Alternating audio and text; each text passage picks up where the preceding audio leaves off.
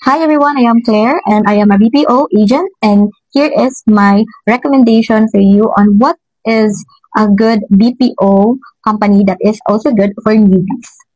Oo, tama yung narinig mo. Newbies just like you. So let's talk about VXI. As so you know, VXI is behind the prestige of award-winning consumer management synonymous to their name. It is a growing team of dedicated professionals well-versed to provide only the most premier client service and satisfaction. And ang cute ni Vixie! So, VXI has a passion for people. Their story started in Los Angeles in 1998 as an integrated customer contact center that specializes in multilingual solutions.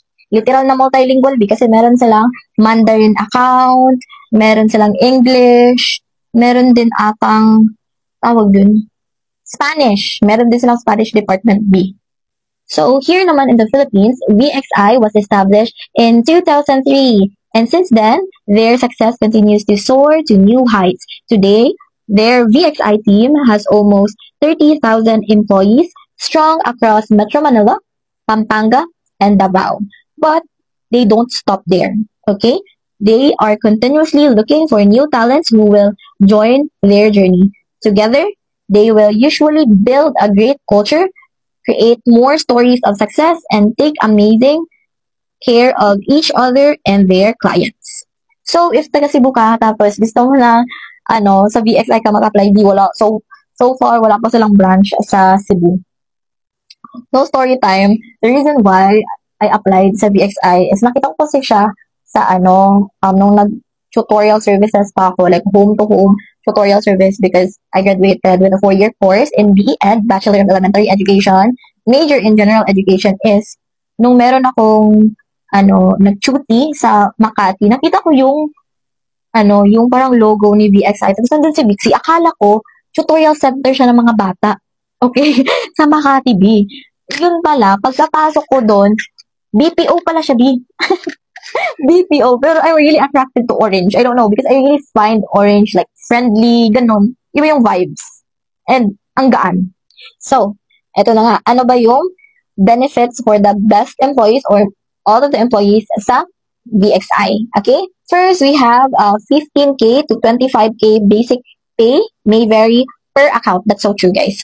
But based on my experience sa telco account nila, especially prepaid telco account, is 20K yung basic pay, guys. And usually, yung end of the month po is nasa 9K. Idadak na natin yung mga premium government deductions like Pag-ibig, PhilHealth, and SSS. And taxes and fees na din.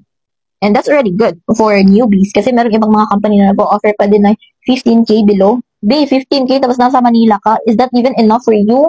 If you're giving a loan, like nag-apartment ka, nagre-rent, nag-boarding house, it's not enough. Okay? Kahit wala ka pang pamilya, kahit single ka pa, hindi talaga yan enough. Ang daming mga bilihin dito sa Metro Manila na sobrang mahal. Okay?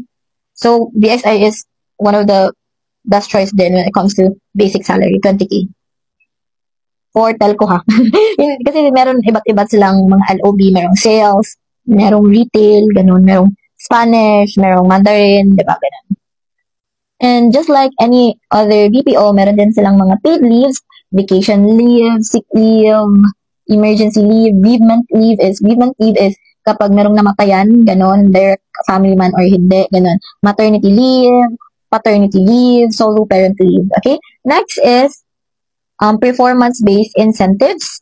And this is not always a guarantee, guys, kasi based nga sa performance. If palagi kang bagsak sa KPI or sa scoring mo, sa metrics mo, AHT, average handling time, yung survey score, yung response rate mo, and everything, hindi mo yan nakuha yung incentives. Or may deductions, lalo na kapag invalid tickets, ganon, invalid transfer, and I'm gonna talk about that kind of stuff in my other video. Next is it has 10% to 20% night differential pay. 10% is during training. Okay? And 20% kapag na-endorse ka na sa production, regardless if under probationary ka pa or regular. Basta 20% na siya, basta na-endorse ka or napasa mo yung training at nesting, 20% na yan. Next is rewards for every hired referral. Yeah, meron yan silang mga referral bonus. And then 20 leave credits. So unused portion is convertible to cash wherein dinadirect siya sa debit card. Okay? Rewards for every hard referral. Tip when it comes to mga sign-in bonus, you really need to ask the recruitment staff is paano ba yung mode of payment ng sign-in bonus. Like, ano ba siya? Like, pagka start ba talaga ng training, makukuha mo siya agad? Or dapat after every 3 months, making sure kasi na yung ni-refer mo is maglo-long last talaga sa VXI. Okay? Ganun yung ano na, lalo kapag yung sign-in bonus is 20K. Hindi naman yun bultuhan na ibibigay sa yung 20K. Paano kapag after 1 month, lilipat na pala yan sa ibang company? Idilugi yung VXI. So, matalino din yung mga HR, yung mga recruitment staff. Of course, money is hard-earned. So, trust issues na din.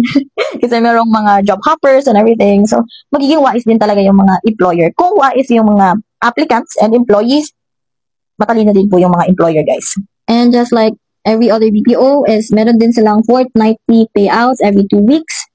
And talagang palagi kaming advance payout, guys. Like, let's say every other Friday, Thursday pa lang ng gabi, andun na yung sahod. And then if ever may dispute man, may kulang man na 50 pesos or 1K or what, mabilis po silang umaksyon. Okay? And then mayroong formal announcement from the client. Magsasorry agad yung client. Sorry if ever ganito, ganyan. They are very accountable, guys. And that's good. And of course, meron din yung HMO with up to 3 dependents based on tenuity. Like, if ever 2 years ka na, 1 year ka na, 3 years, ganon. So, and with dental benefits, LGBTQ, and domestic partner coverage, wellness programs, psychiatric, and psychological consultation. To be honest, guys, hindi ko pa yan na-try. Okay, hindi ko pa yan talaga na-try, itong HMO, kasi ano pa lang, bago 1 year pa lang talaga. Next is, meron din silang salary advance, terms and conditions apply. I've never tried that one pa. And yes, they have sleeping quarters. It's so nice. It's so comfy and malamig. Then shower rooms, hindi ko pa ito na-try, guys. And then meron din silang gaming area, selected sites only. Not all sites have gaming areas. Okay, but sa VXI meron siya yung tawag dito. Merong laro yung yung pinag-ganon-ganon. Basta i-flash ko na lang dito yung picture ng kung anong game na yun. And for part 2 about VXI is let's talk about ano-ano ba yung mga branches or saan ba yung mga branches ng VXI, kung saan ka malapit and kung saan ka pwede mag-apply either virtual interview or on-site application. So, kita kits and follow for more!